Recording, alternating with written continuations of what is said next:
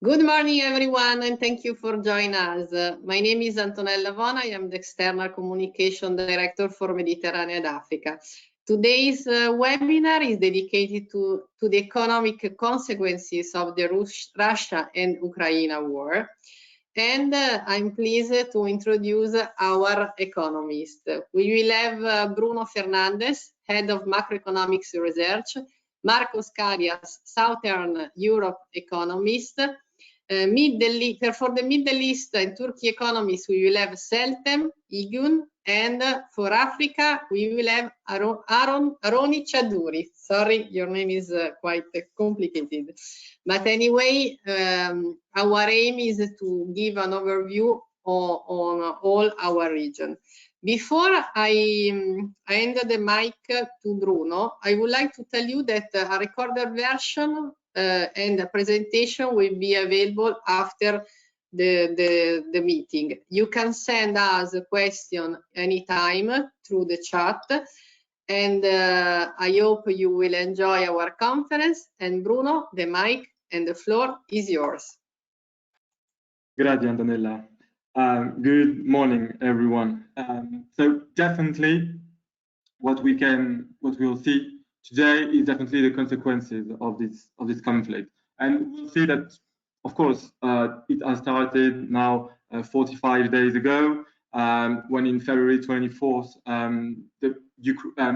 Russia has started to invade Ukraine, and we saw from the very beginning, and we'll see that a sharp impact on prices, on many markets, on many commodity prices, and I think that maybe, the worst thing here in terms of economics, because of course it's a humanitarian crisis first, is that we don't see any end of the crisis and any easy way to end the crisis, because first, we know that already in 2021 the commodity prices were rising because of the recovery, because after the pandemic we had a sharp recovery, but we knew it will be temporary. So basically all the impact we were seeing, we thought it would last maybe some quarters, and then the prices will just get back to normal. Right now we know that even though there is some peace agreement and so on, let's say that the conflict between Russia and Western countries will last.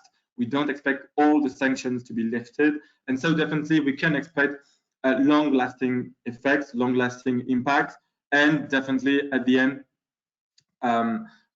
major impacts. First, some harsh sanctions are likely to asphyxiate the Russian economy. We know there are export bans, the last one on ban on Russian coal. Also, we had the disconnection from SWIFT for 7 Russian banks, also the freeze of the reserves. So basically Russia is almost completely isolated, and so we definitely expect Russia to be the most affected country by this conflict and by this war. But as Russia is very important for some commodities, and we'll see that for energy, for metals, and for some cereals, it will definitely have a major impact for all the economies. Of course, Europe will be on the front line, and we'll see that, and Marcos will explain that very well. But basically almost all the rest of the world will also be negatively impacted. And then we will see also, and I think it's very important to keep in mind that all sectors will be affected. Not only the sectors we'll first mention, but then because of all the supply chains, because they are very integrated, we can expect almost all sectors to be heavily impacted. But first, as you already know, I guess, maybe the major impact is on energy, because Russia is the second and third major gas and oil producer in the world, and so of course the fears of supply disruptions because of this war has led the natural gas prices in Europe to very high levels, and the Brent also prices very high. Then of course you can see huge volatility. Then they are back to more normal levels, but when we say more normal levels, it's around 100 euros for the gas. That, as you can see, is expected when we look at the future. So basically, if you buy gas for June, for July, or for next November, you will pay 100 euros. So it means that basically the market expects prices to remain very high until the end of the winter. And we have to say that, of course, it's well lower than at the peak in early March, but it's still very high, still 5-6 times more expensive than before the crisis, and even during the last years. So definitely here we are dealing with very high natural gas prices and also very high oil prices that will definitely have a huge impact on all the sectors that are energy intensive, and we know that almost all sectors use energy. So basically, we can definitely expect a huge impact in many sectors. But Russia and Ukraine and even Belarus are very important producers, are key producers, not only in energy but also in grains. You can see in wheat, corn, barley. Aroni and Seltem will tell us more about the impact in the region. But also Russia, for instance, is very important for palladium. The palladium maybe is a metal you never heard about, but basically it's used for catalytic converters. So in cars, it's very important. So the fact that the prices will skyrocket and the fact that maybe we'll have some disruptions can definitely have a huge impact on the car production. The nickel is also very useful and mostly used for the battery in electric car vehicles. We can also use cobalt, but over the last year, let's say, all the car makers were using way more nickel. So right now they're kind of dependent on the nickel, and we'll see the impact. And aluminium, of course, is used for many packages and has a huge use. So, but basically, we can see that lots of sectors will be impacted. And also, it's also quite important that the fact that fertilizers prices will also go up, because as you can see, Russia and Belarus are major producers of potash, for instance, but any fertilizer. So it will lead definitely to lower agricultural yields. And here is the impact, because even though Russia or Ukraine is not your supplier, then you will pay the price, because definitely everyone is looking for other suppliers, and then basically the global prices just soar. And it's what you can see for the sunflower oil, because 70% of the global production is made by Russia and Ukraine. And you can see also the wheat prices that are expected when we look at the futures again, very high during the whole period. So basically, here is the impact. It's not only the supply disruption from Ukraine or from Russia, but the global impact because of the prices are just going so high. The same for the metals. You can see here nickel, aluminium, palladium, but also steel prices in Europe, because of course, what happens is that everyone is searching for substitutes when they can, when possible, to search for metal substitutes, and then the prices of all metals go up. Fertilizer prices also are just soaring, so of course it will lead to higher costs of production for the agricultural sector, or let's say lower yields. Here is the key message, but basically of this presentation on sectors is that of course the cost pressure will be exacerbated in the agri-food industry, because higher cereal prices will also mean, for instance, higher meat prices. Also, the transport sector I haven't mentioned, but of course, when you think that the fuel, or let's say the energy costs account for around 30% of costs, it means that, of course, the cost of the transport sector will just skyrocket.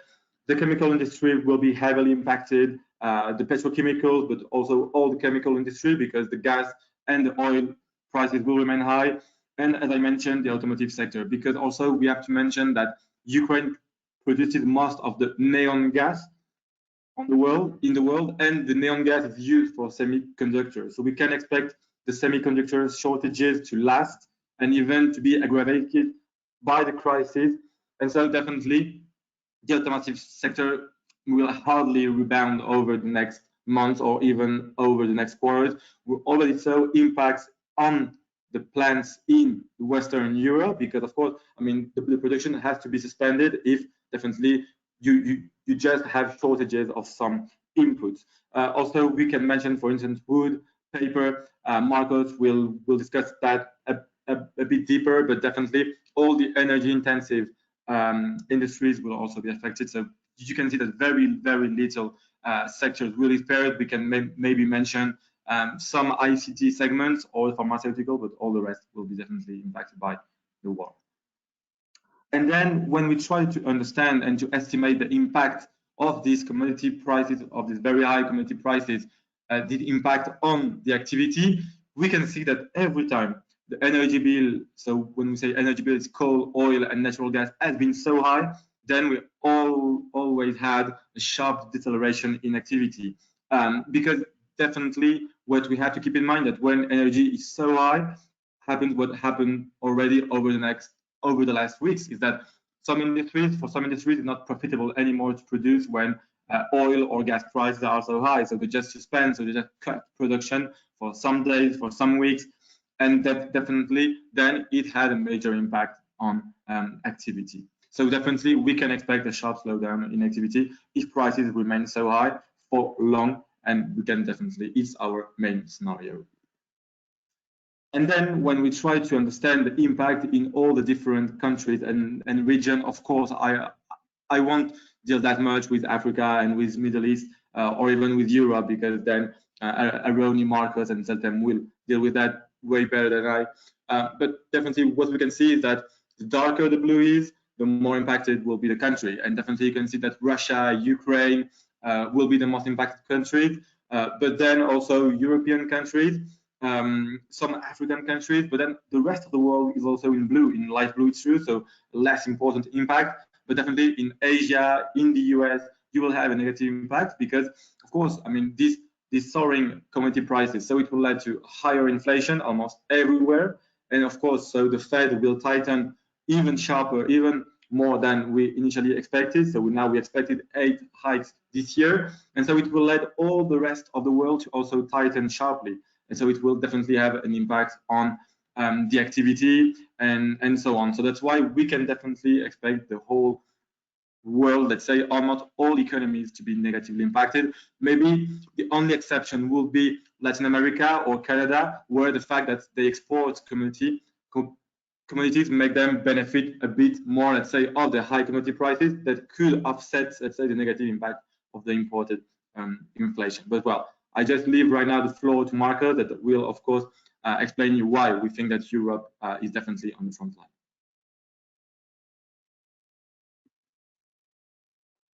Thank you, Bruno. Marco, the floor is yours. Thank you very much.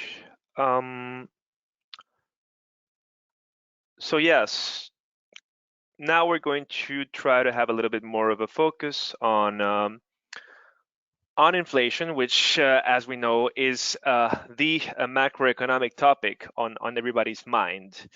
Of course, we have all these inflationary shocks that make it harder for firms to produce, that make it so that these key commodities are not available to the world market anymore. And so for the first time since basically the 1970s, we have meaningfully high inflation in the developed world and in Europe. So the next key question is, well, where is this all going? Is it going to keep rising? How long will this last? Of course, the narrative of temporary inflation is now pretty much out of the picture. Even if inflation does come down, most economists agree that in Europe, for instance, a return to moderate inflation will not happen before 2024, or maybe at the earliest the end of 2023. And of course, we don't know how much this conflict will last. So the message here is braced for higher inflation. In the March reading for the Eurozone, we had inflation at 7.5% year over year. It's not out of the question that in the next few months we see two-digit figures, as we are almost already seeing in Spain, for instance. And what might be more worrying is that if we look at the difference between the headline inflation rates, the one that we all see in the news, and the core inflation rate, by what we mean by core inflation is basically everything else that is not energy, we are starting to see a penetration, a transmission of the trends we see in energy and in other commodity markets into core inflation. And this is significant because while energy and commodities are very volatile and may fluctuate a lot from one moment to the next, from one month to the next even, core inflation is a lot more stable in its trends, and therefore a better predictor of where inflation might be in the next over the next year, let's say, in a short-term horizon. So what this tells us is that at least on a 1 or 2 year horizon, high inflation is here to stay.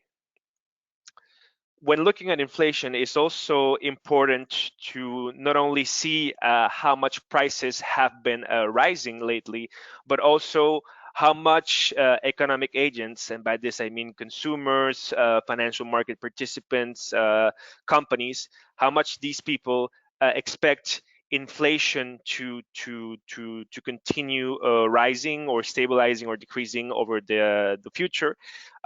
These are things that are known, for instance, through surveys that, for instance, in Europe, the European Commission takes among samples of consumers. And what we see is that inflation expectations are also on the rise. Now, why are inflation expectations important? Well, for instance, if workers are accounting that inflation will continue rising over the next year, then they are a lot more likely to factor that into their wage negotiations with their employers, and this is where what we call second round effects, meaning the fact that wages are rising, and that is increasing even more the cost for companies, and that pushes them to increase even more their prices. That is how inflation can perpetuate itself, even if, for instance, energy prices start dropping. So the takeaway from all of this is that we should account for an increasingly inflationary environment over the next 2 years. So of course, like Bruno said, the shock of the Ukraine war is a shock that is felt all over, but of course some countries are more exposed than others, and a key factor that determines a country's exposure to the conflict and to its effects is how much you rely on Russian natural gas for your energy consumption. As we can see, this is quite variable depending on the countries, and we have a couple of large economies, most notably Italy and Germany, that are particularly reliant on Russia for their energy consumption. Now, of course, the EU has announced that they have the objective of reducing their overall energy consumption by 2/3 by the end of the year, the reliance on natural gas by the end of the year. And so the key pillars for this strategy to succeed are diversification of energy sources and reduction of energy demand. And in the front of diversification, we see some encouraging trends.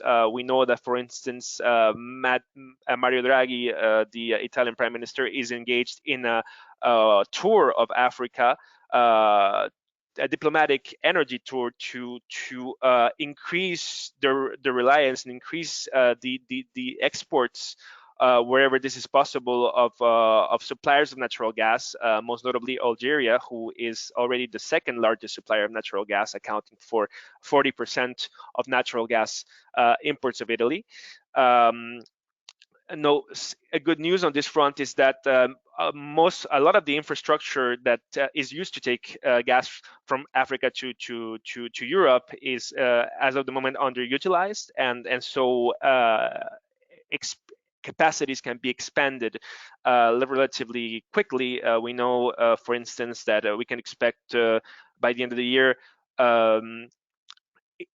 Algerian exports of gas to Italy to increase by 50%. So these are definitely encouraging signs. You know, a lot of these contracts need to be determined, but the EU is moving remarkably fast in this direction.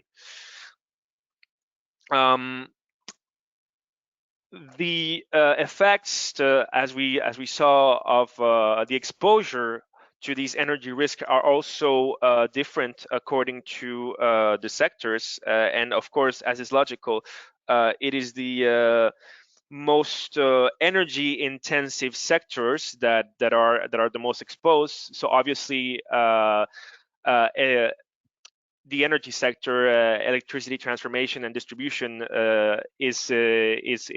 appears as very energy consuming.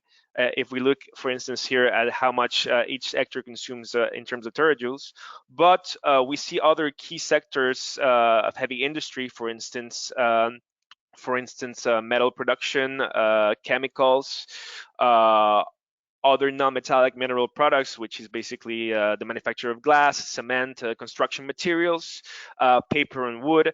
They rank pretty high, and therefore can see their margins compressed very, very rapidly.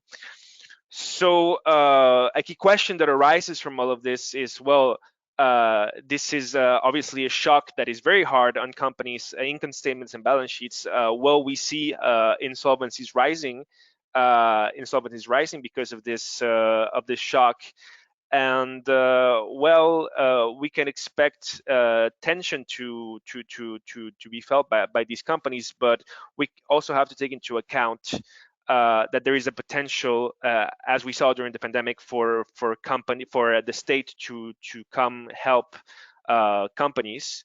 So far, the will to help companies seems to be a little bit less intense than during the pandemic.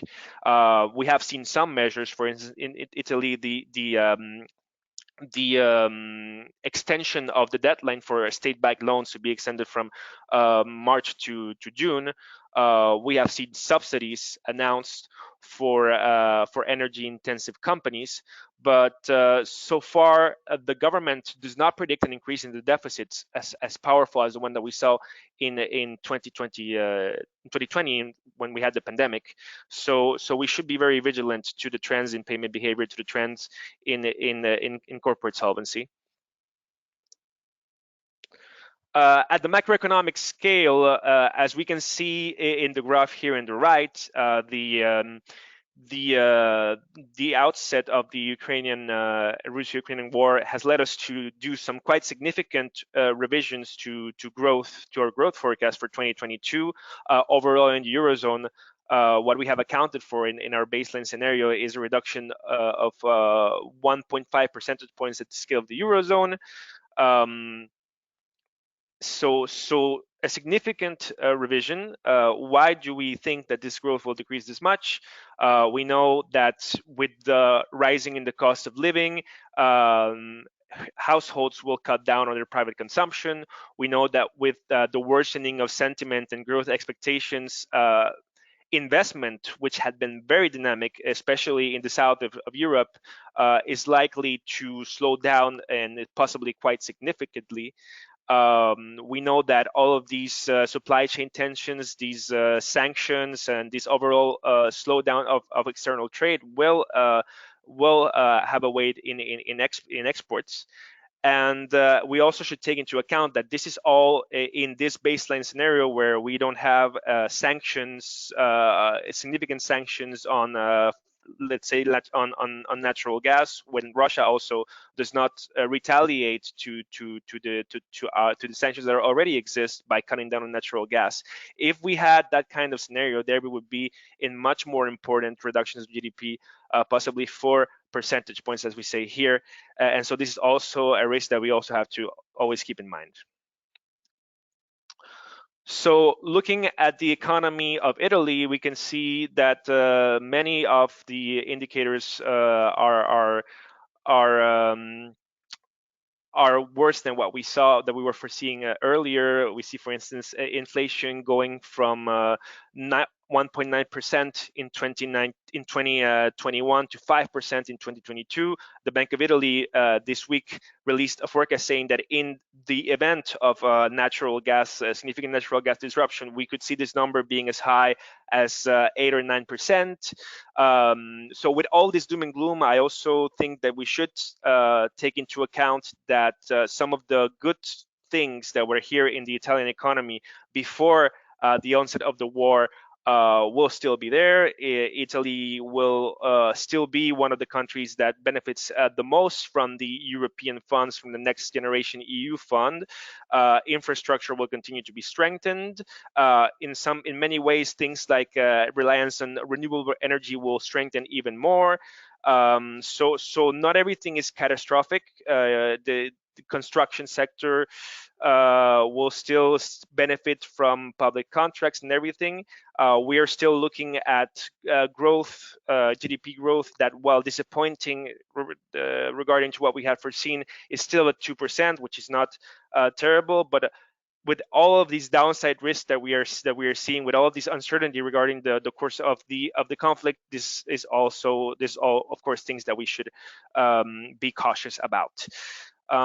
With this, I leave the floor to Bruno, who will have some words on the Iberian Peninsula. Thank you. Thank you, Marcos. So yeah, definitely, if we move to this slide, thanks so much. Well, if we just try to understand what is the dynamic, or what was dynamic before even the war, we can definitely see that Spain was still lagging behind in Q3, in Q4, with, it's true, a recovery, but as the rest of the continent. And we can definitely see that maybe the first explanation, the first variable that explained, let's say, why Spain was lagging behind, we can think about the tourism, because definitely here, first we're thinking, oh, but definitely, so all the countries are affected equally in Europe by the fall in number of tourists, right? Because of course there were restrictions. But when we look at the share in the total EU, including the UK, we can definitely see that Spain was well more affected than the rest of the countries, and that one country has benefited even more of the fact that the tourists didn't go to Spain was France. As you can see here, maybe we can think that it's because to reach France you can go there by car, as very centric in the rest of Europe, and that you only reach Spain mostly by plane. And so it's true that the restrictions were more heavy on air transport and so on. But definitely we can see that this is the first factor that can explain why Spain is lagging behind. We can also see that definitely Portugal is a bit, or was a bit better than Spain. But we can think also that it was thanks to, let's say, the fact that tourism hasn't fallen that much. But we can explain in terms of tourism, we can expect Spain to recover, can expect a rebound in tourism, as we have seen in Q3 2021. We definitely expect Spain to become the leader in Europe in 2022.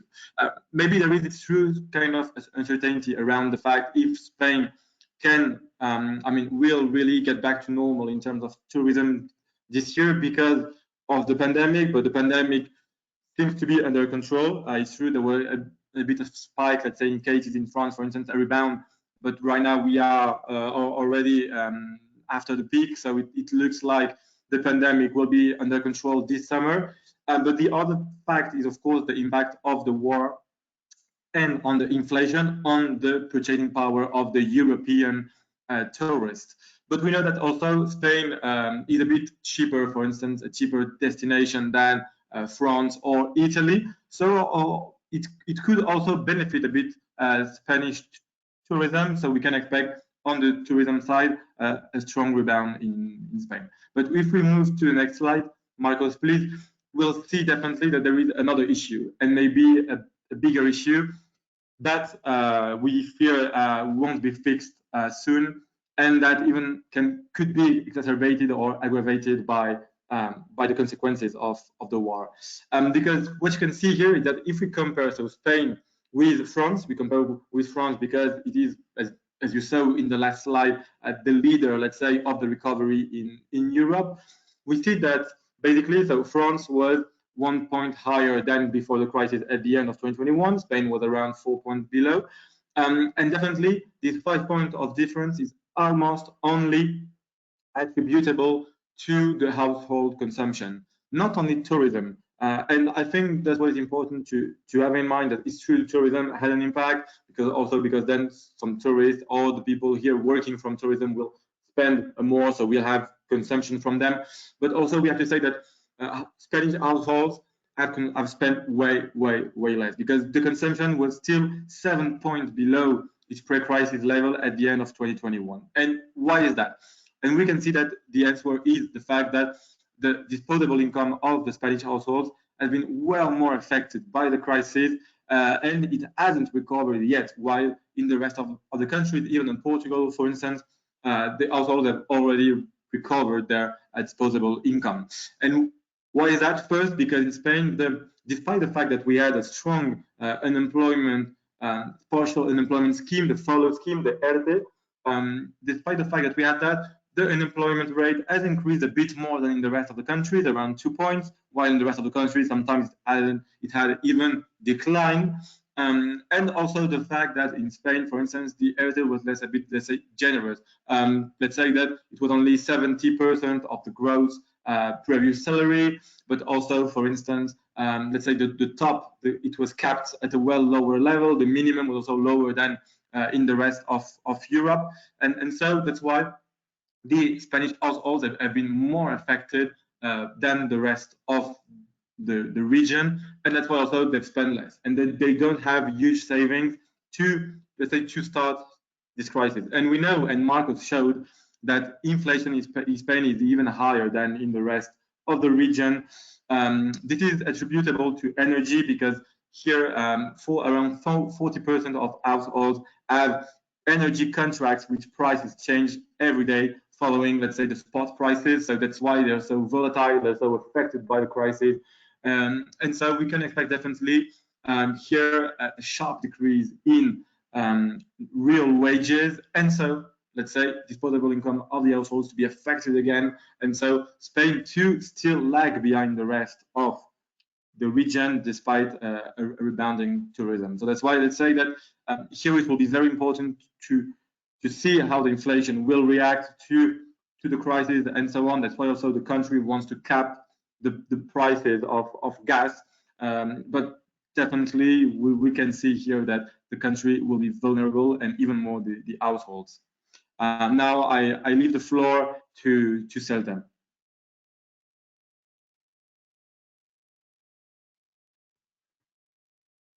Thank you, Bruno. Thank you, Marcos. And now, Seltem, the floor is yours. Thank you. Can you see my screen?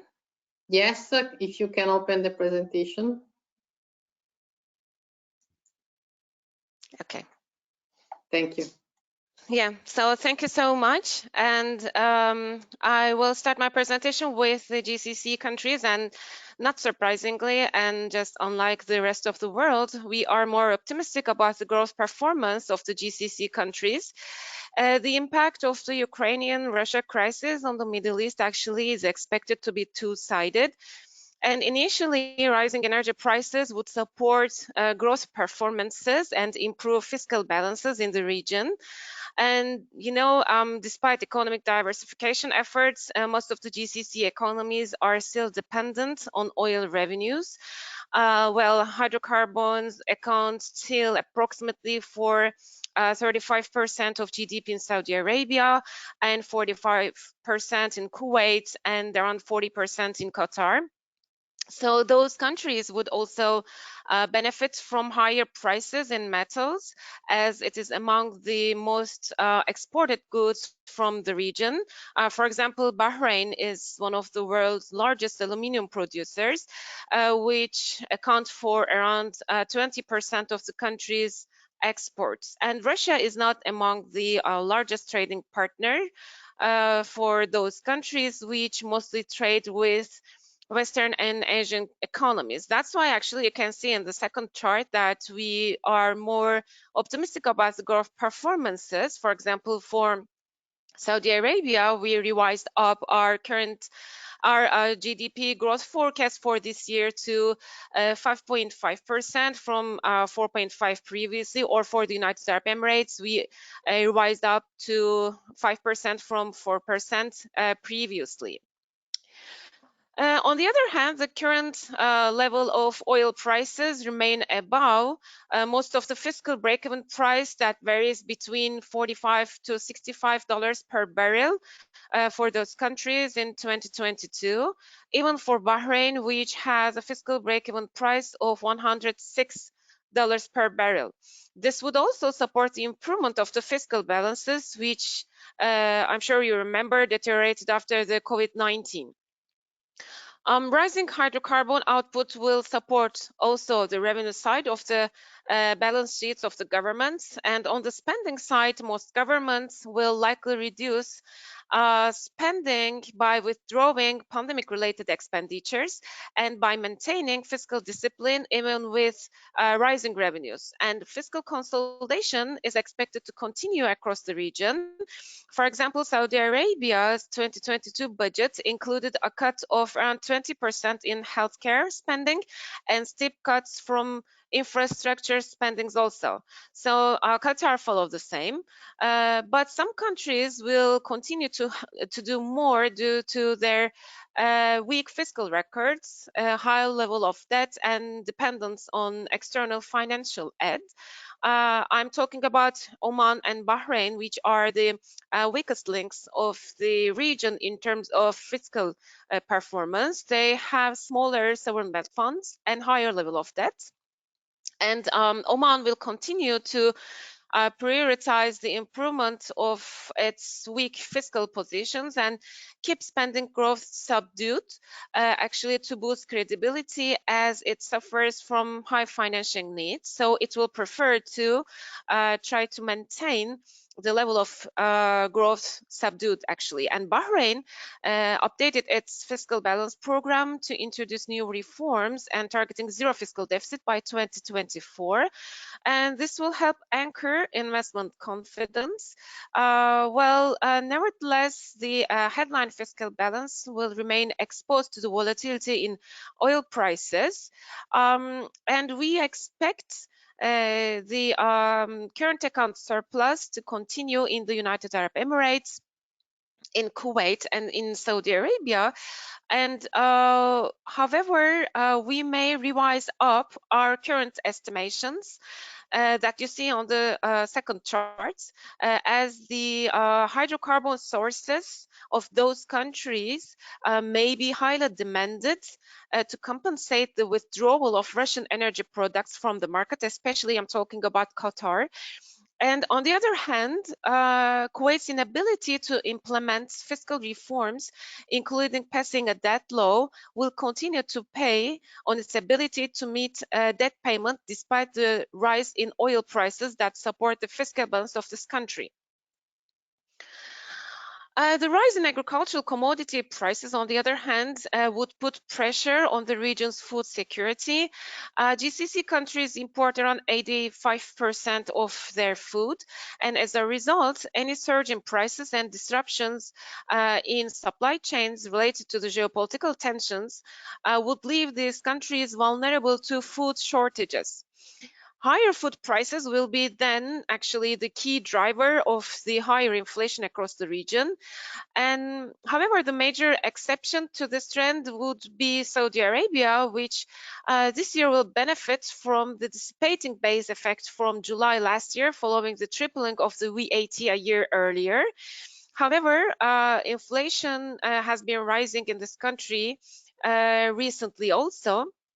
And if inflationary pressures in the US push the United States Federal Reserve to tighten its policy stance more than actually anticipated, this would push the GCC central banks to follow the footsteps of the Federal Reserve due to the currency peg regimes, and consequently, the growth may stall in those countries.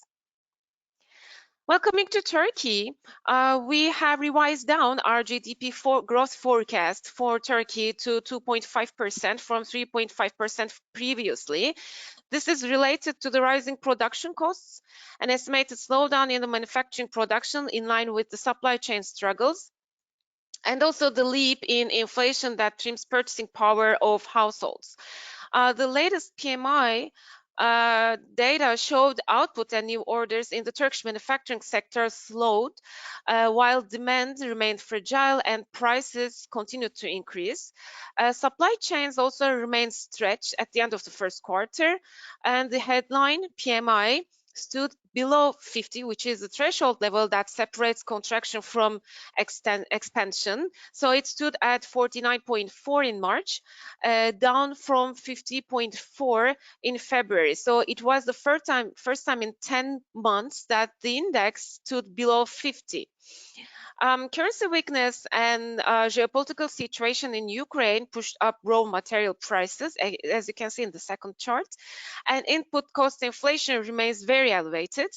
Suppliers' delivery times lengthened again amid difficulties for vendors obtaining raw materials, actually.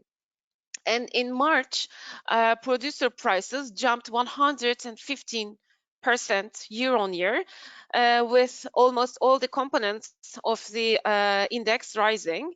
The currency weakness adds to actually rising intermediate good prices, which already squeeze profit margins of the companies. And in the second half of the year, with the slowdown in demand, companies may have lower chances to pass higher production costs onto their customers. This would also increase the working capital needs of the corporate sector.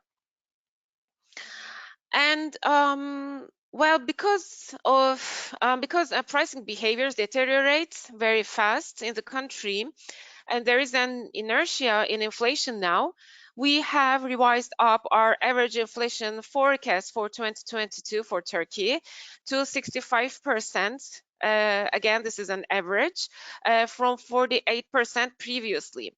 And between January and April period, market expectations for end 2022 inflation rose to 46% from 30%, meaning it rose by 16 points. This shows how fast the inflation expectations are deteriorating in Turkey. Also, there can be further deterioration in expectations resulting from continuously rising level of food prices, services, and energy prices. Also, the narrowing of the current account deficit, which is among the 4 pillars of the new economic model, has been inversed due to rising energy bill.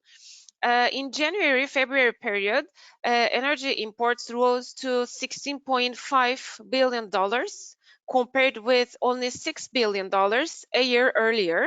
And in the first 3 months of the year, imports of intermediate goods rose by 56% from a year earlier. Consequently, we revised up our end 2022 current account deficit to GDP forecast to 4% from 1.5% previously.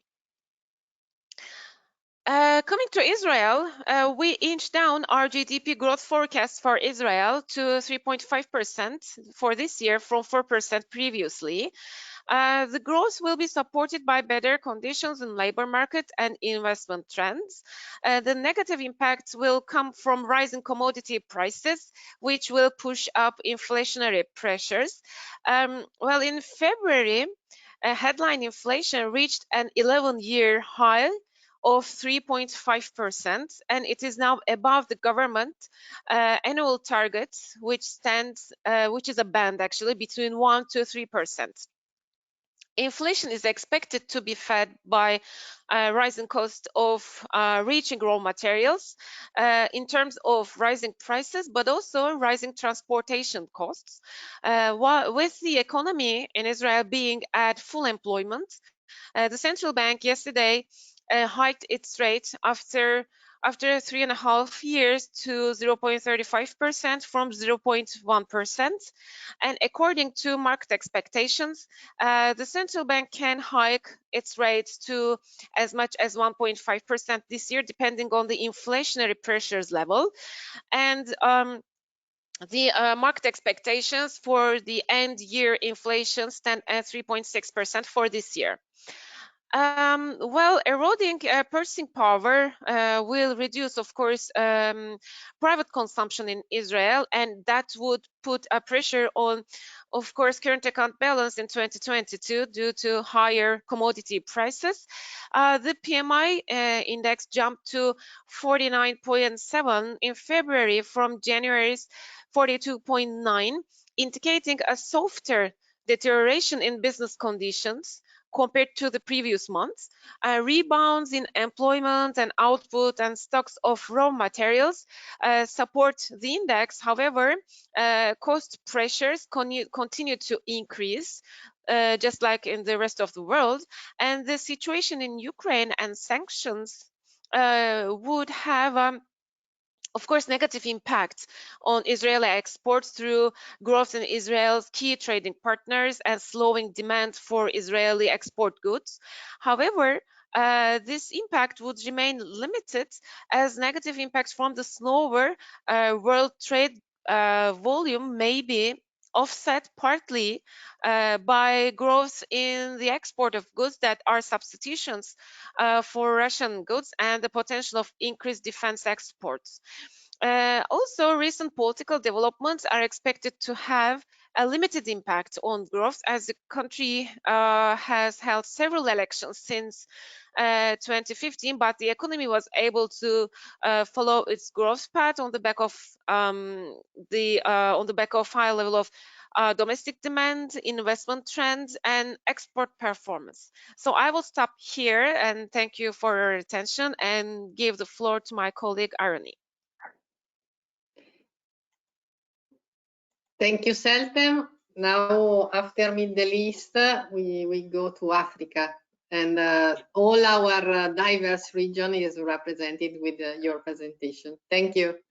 Yes, thank you. Can you see my screen? Yes, please open the presentation. Yes, okay. Open the presentation. Okay, so moving on to Africa. So just before we dive into the first slide, I'd like to mention two big risks that are still there on the African continent and come in addition to the economic consequences of the war.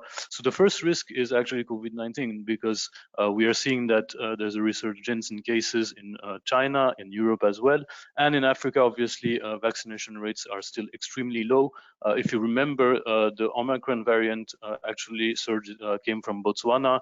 We have new mutations in South Africa. So on the continent where the virus is still circulating, there is increased possibility of new hotbeds. So that's a very real risk on that for Africa and even at a more global level.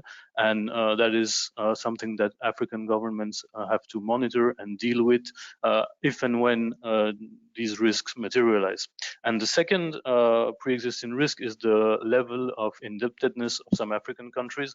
So because of the COVID-19 pandemic and all of the costs that it entailed to support the health systems and the economies, well, a lot of African countries have debt sustainability issues, and this is going to be key considering the impacts of this new crisis, and it is going to put even more pressure on the fiscal accounts.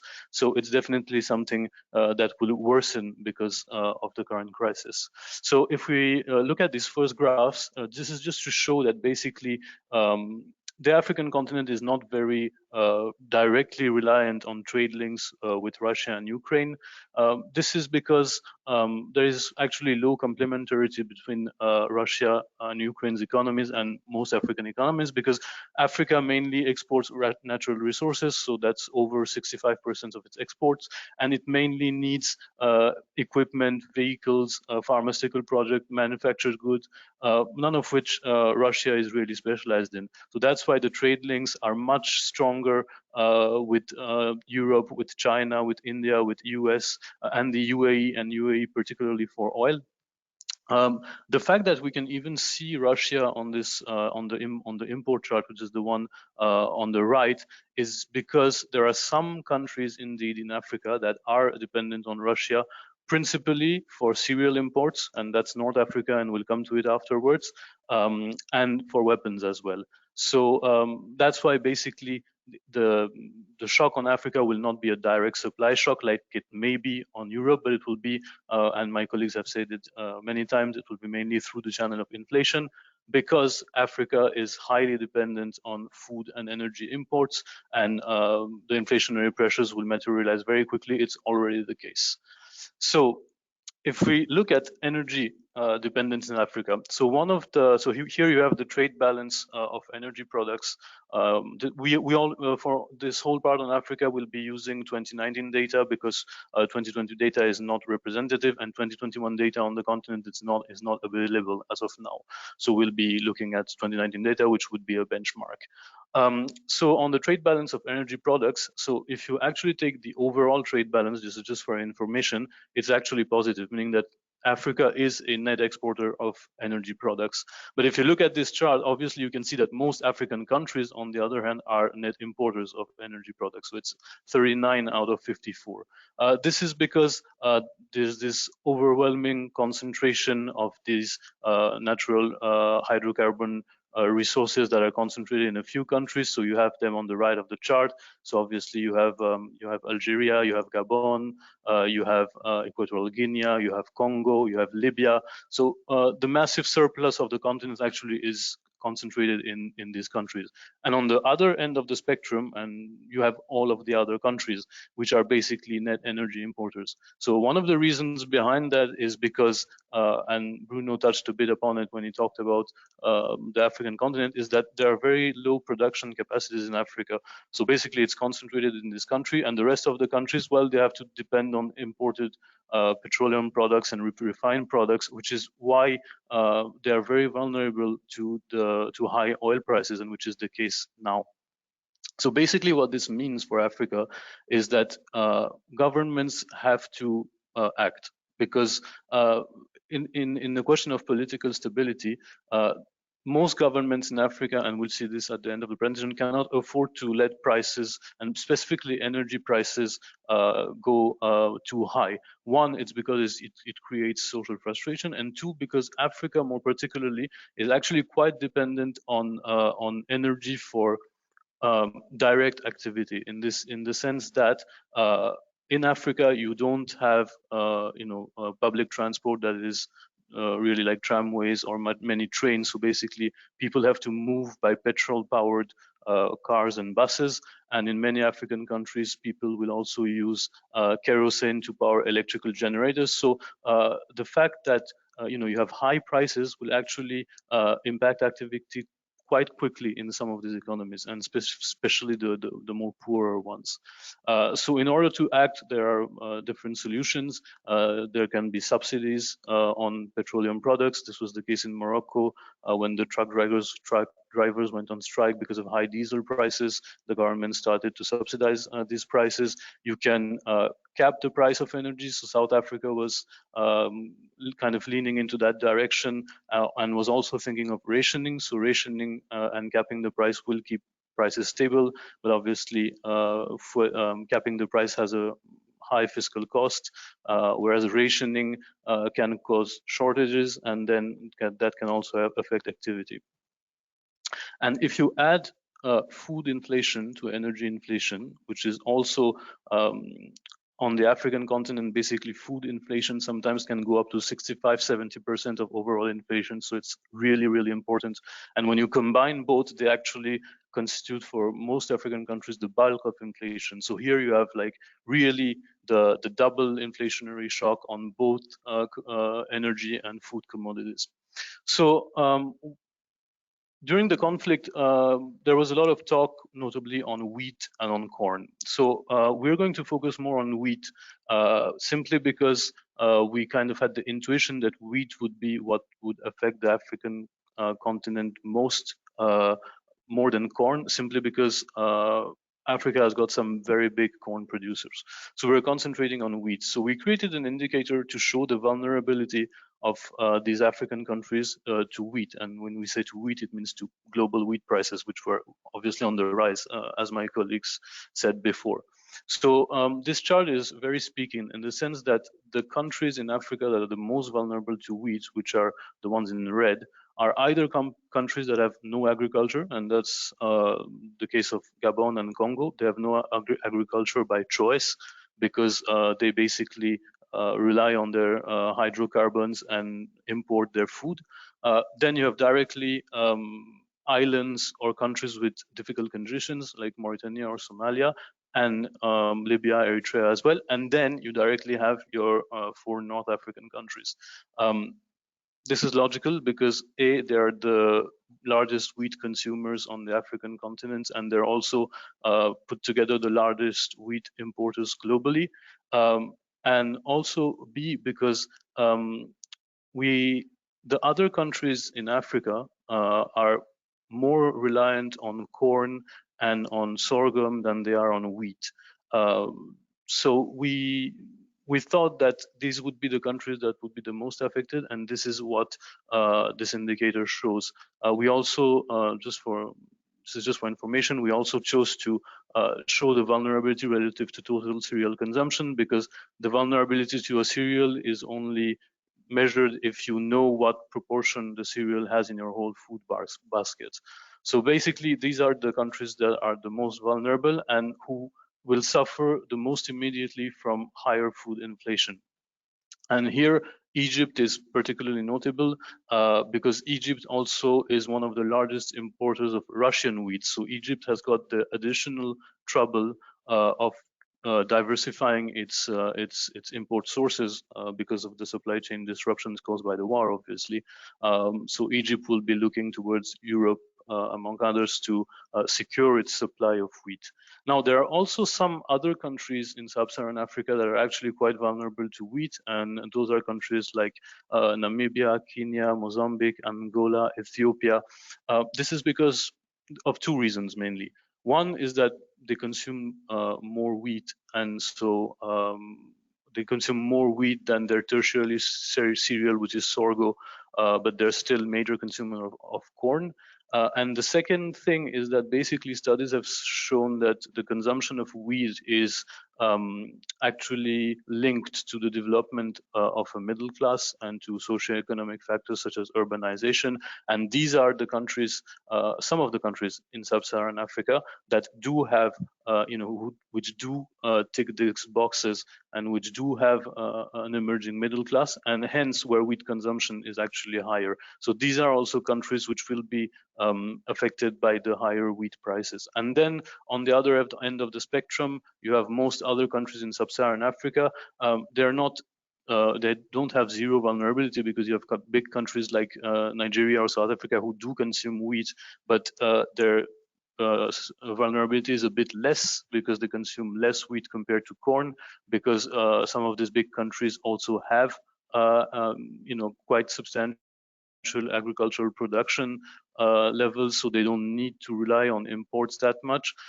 Hence, they're a bit less vulnerable to the prices of wheat.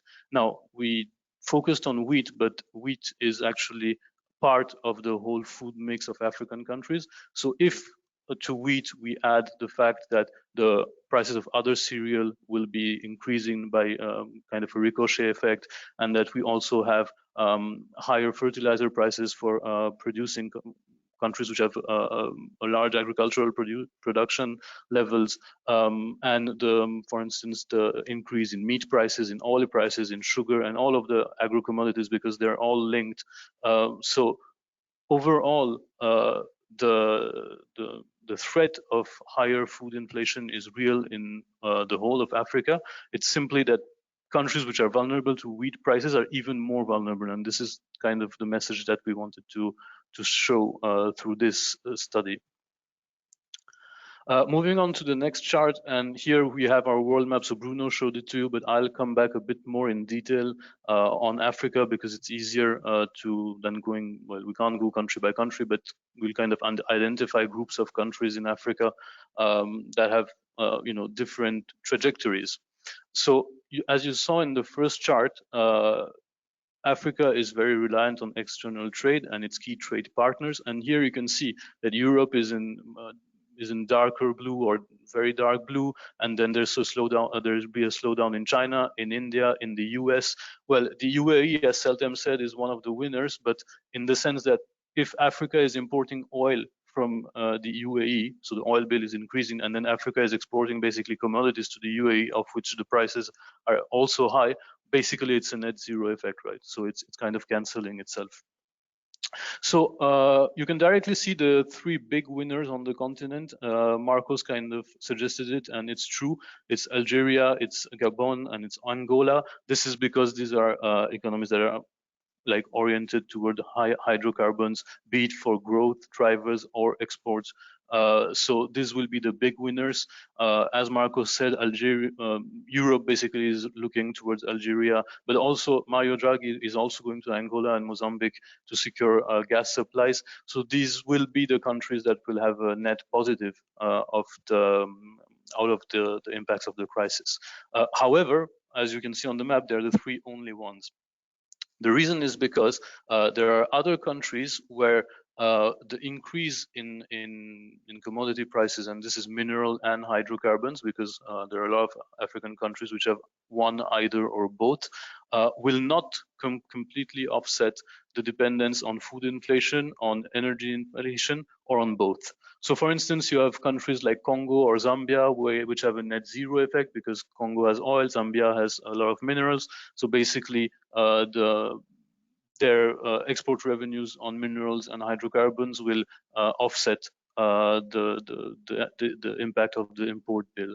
On the other hand, you have countries where you do have high dotations in mineral resources. For instance, we can say the Democratic Republic of Congo or South Africa or Zambia, where the impact on growth will still be negative because of the preponderance of food and energy inflation in this country compared to whatever natural resources they have. So for instance, in the Democratic Republic of the Congo, which is also one of Africa's largest countries, well, food and energy inflation taken together take up 80% of overall inflation. So although they do have copper and cobalt, it will not fully offset the impact on the domestic economy and especially on household disposable income. And then you have the category of countries which are net losers, so which do not have much natural resources, not much dotations, and which are also reliant on food and energy. So we have countries, for instance, Egypt or Tunisia or Morocco. These countries will be particularly vulnerable, and they'll also be vulnerable to the slowdown in Europe because there are proximity markets. And to that, I would also add that countries that rely on tourism on top of all this are even bigger losers. So Egypt, for instance, would be in that case, because we don't expect tourism to recover at the pace that it should have in 2022 because of the context. And furthermore, Russian and Ukrainian tourists will basically be off the map. So for countries that have a reliance on tourism, it's just going to be even more difficult. So what this all means basically, and I think that this is probably the most important part, at least in my opinion, is that you're in an environment in Africa where you have got higher food inflation, higher energy inflation, where you have a potential slowdown of growth because of the factors that I mentioned before. So basically what this means is that it's the perfect ground for mounting social pressures. Inflation, and specifically inflation on necessities like food and energy, are vectors of social frustration. And this is one of the largest problems we feel in Africa, but it's not only in Africa. This is also a more global problem. So here, the color on the map is our index for political and social fragility. So basically what the color shows you is that it's basically very dark everywhere in Africa. So the average level of this indicator is quite high. It's above 50, it's on average 58% for Africa, which is quite a high average. Not the highest in the world. Latin America is still above, but it's quite high. And it shows that basically most countries in Africa have a high level of social fragility and political fragility. So that might not be news to everyone because you know, it's something that is quite structural. But if on this indicator of political risks, we actually now map the materialization of risk, which are the red and the blue dots, it gives you a telling message. So if you look at the red dots, so the chart which will be on your left, this is the occurrence of battles.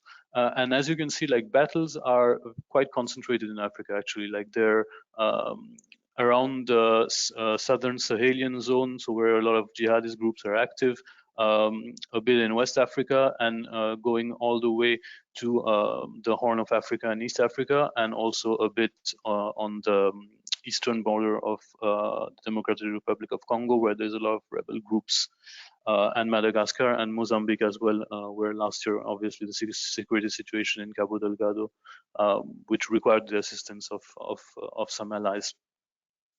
However, on the map, which is on the right, and which with the blue dots, this shows you the occurrences of protests, and these are basically peaceful protests. And what you can see is that here the repartition over the territory is much more heterogeneous, in the sense that there are many more countries that are affected by social protests than by conflicts per se. So here you have Morocco, you have Algeria, you have Tunisia, you have Kenya, you have Uganda, you have South Africa, where there were the very violent riots of July 2021, and also some of the countries in Western Africa that are also prone to conflicts. So the fact that there were so many protests in so many places in Africa shows you that social frustration was already high. And this seems logical, right? Because you're coming out of 2 years of pandemic, where there were restrictions on mobility, where sometimes there were violent repressions of people who were not respecting lockdowns, for instance. So the base social frustration was already high. So on this already tense context, if you come and add more price pressure on necessities, it will just increase this frustration again. And when social frustration materializes, well, then the risk is actually much higher than just economic pressures, because then you have you have repression, you have violence, you have change in power.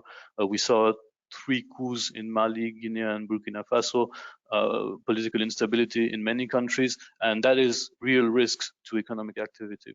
So in my sense, this is really one of the strongest impacts of the crisis. One, obviously, that maybe you can't see immediately, and that one that has to be followed throughout the year and the years, because sometimes political risk takes several years to materialize. But it's something which is very relevant, and once again, it's not something which is particular to Africa. It's very high in Africa, but if you see what's happening all around the world, this is definitely something that governments, but also businesses, should keep monitoring, because right now you cannot really dissociate economic risks with political and geopolitical risks. So I'll stop my presentation here, and we'll take our questions after that. Thank you very much for listening. Thank you everyone. You can close the presentation so we can see all our economists. I will start from Marcos with some question. Marcos, inflation is one of the issues in many countries, as we saw today. How do you see inflation evolving in the medium terms? Will it stay high for the foreseeable future? Okay, yeah, fascinating question. So first, let's define what we mean exactly by medium term, as I understand the question. Because earlier, when we look at the different charts and trends that we were seeing, I would say that these are useful in making your expectations for, let's say, short-term inflation, and that's like 1 or 2 years. Medium term, to form expectations on medium-term inflation, you have to be thinking about the fundamental drivers of inflation, and making assumptions about those fundamental drivers and what are the macro trends, basically. So if we think about it, we experience this quite long period of low and decreasing inflation, pretty much across the world during the 2 or 3 decades before the pandemic. And one of the biggest drivers of that disinflation was globalization. Which was this period of increasing integration of supply chains, of China joining the WTO, and making it possible to manufacture a lot of consumer goods, a lot of manufactured goods very cheaply. And so we have been through this period of two pretty big shocks with the pandemic and the Russo-Ukrainian conflict. When the pandemic started, we had all these questions: will this lead to massive relocation? And at first, we were kind of skeptical, or at least a little bit prudent of this argument, because it's China, for instance, is such a fundamental node, such a fundamental center of the global manufacturing hub, that it's really relocating from China, for instance, is easier said than done. So yes, we are seeing some trends towards regionalization or repatriation of industry towards the West, but it's not what's happening overwhelmingly. But I think that now, you say, okay, one pandemic is one huge shock to the global supply chain, but maybe later we can go back to something resembling business as usual. We see now a second shock in the form of the Ukrainian war, and I think that a lot of business leaders might be wondering if this is not the beginning of a pattern. This is not the beginning of just going into a more unstable world in terms of the physical conditions in which firms operate. This is definitely something that we can expect will intensify with climate change, and so the prospect of a deglobalizing world, I think, is becoming more and more plausible, and with that, also a scenario of inflation that is maybe not as high as what we're seeing right now, but that remains, let's say, quite above the targets that central banks in the West have, which is 2% inflation over a long period. So definitely, it's likely that the era of low inflation is not something that we will see in the foreseeable future. Thank you very much. And there are also some countries that are used to this inflation. I talking about Turkey. I go to Seltem. When do you expect the Turkish inflation will peak? What do you expect from central banks' next policy moves? Under the current situations and current circumstances, which show us the global rise in energy prices will remain in place for some time, and also the secondary impacts coming from the sharp lira sell-off during the last 2 months of last year. For Turkey, it's obvious that the inflationary pressures will not start to ease in the near future. We see that chances are high for the inflation to stand at above 40% at the end of this year, and because that now we have this inertia in the economy, in the inflationary dynamics, which means that economic actors do not price when they do their pricing.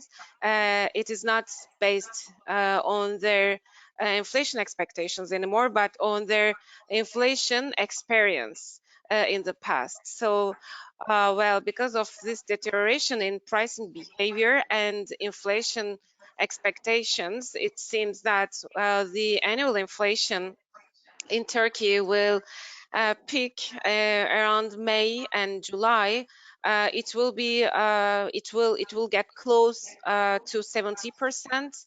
Probably it will remain between a band of 65 to 70% if there is another rising cycle of the energy prices, and then we expect it to stall at this level for a few months and start to slightly ease towards the end of the year, just because of the base effect coming from the December of last year. Otherwise, unfortunately, under the current circumstances, there's not many factors that contribute to the easing of the inflationary pressures of the inflation in Turkey in the near future. So a trend towards a single-digit inflation cannot be early than 2024. Thank you, Seltem. We saw also in your presentation some good news on GCC. So our colleagues are really happy for the news that you announced. I go to Bruno. One of the key topics and the hot topics are gas prices in all the world. We haven't seen that Spain and Portugal are not very dependent on Russian gas. Are the gas prices lower there? Not that much, because you're right. I mean, when I showed the gas prices in Europe, it's the TTF, so it's the gas prices in the Netherlands, which is basically the hub, the big hub in Europe. But it's true that, for instance, there is another, let's say, wholesale gas prices for Spain and Portugal, the mid gas, and we definitely know that there the gas prices are basically following the same trend in the Netherlands, because basically the thing is that as we are in Europe, in the same region and so on, and we know that, as Marcos mentioned, all countries are trying to diversify their suppliers and so on. Everyone basically is trying, because it's really hard to find used gas from pipe and so on because of infrastructure. It's true, it can be increased through Italy, but for instance, through Spain, it's not possible because they're already at maximum capacity, and because then we don't have the infrastructure between Spain and France to bring all this gas to the north of Europe. So most of the diversification comes from liquefied natural gas, LNG. And so basically everyone is trying to buy LNG from the rest of the world, let's say. And so, well, it leads to higher prices. So also for Spain and for Portugal. So basically, when you look at the prices there, they're just following exactly the same trend than in the rest of Europe. And I think that is the issue when we only target and when we only think about, well, is it dependent on Russia and so on? Well, that's true. It's very important, because if Russia cuts the supply, then these countries will be on the front line. But then we have to think that, of course, everyone is trying to find alternative suppliers. So then the price is right for everyone. Yes, and what we have learned that the diversification is one of the key elements for many countries. And we listen from Aroni that Algeria, Gabon, and Angola are the winners, if we can call them winners. European countries are looking so more and more to Africa. Will the increase in the energy and mineral price create a new investment opportunities for countries in Africa that are the next exporter of these commodities? Definitely they will. They will in the short term. What we can expect is probably at the maximum like a quickening of the existing projects. So for instance, countries that have already implemented projects either in oil or in natural gas will have an incentive to make them go faster. So for instance, Mario Draghi's visit that I was mentioning, so in Algeria and then in Angola and in Mozambique as well, where there are big natural gas projects, kind of goes that way. They want to secure the supply because they know that the supply will be coming quite soon, in a couple of years. So definitely on that front, well, these projects the governments will be encouraged that these projects kind of be completed as quickly as possible. And then in the medium term, yes, it will probably create investment opportunities, also because there are many African countries, and we mentioned it, where they have resources but they don't have the production capacities to be able to exploit those resources. So for those countries, and I think that Europe will be particularly looking in that direction to see, okay, which country has got hydrocarbons and minerals that we might want to have a secure supply of, and kind of lower our dependence on Russia mainly.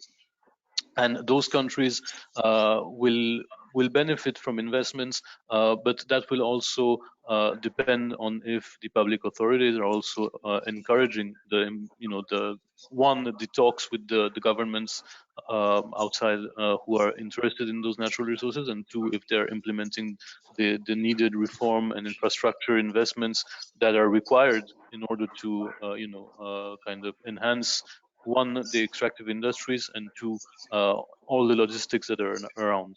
So definitely investment opportunities. However, I would just add some caveats to it, and this is more on the side of the countries, because generally what happens when you and this is what we've seen in the chart where I thought showed the trade balance, is that one is mostly the same countries which will keep benefiting from these effects, right? Because they're the heavyweights, and so smaller countries that do not have access to resources will kind of be left behind. Secondly, it's because these kinds of effects generally they slow economic diversification, and this was the case in Algeria, this was the case in Zambia, this was the case in Nigeria. So slowing economic diversification, well, because you really want to develop your specialization and your growth driver, it's a choice, but then is it a choice that enables sustainable development? That is not really the case, in my opinion. And you have also other kinds of risks that can be associated to over specialization in extractive industries, like security risks. This is the case in Nigeria, or in countries where there are a lot of golds and diamonds and metals, where you've got basically rebel or terrorist groups that will go and try and accaparate those resources.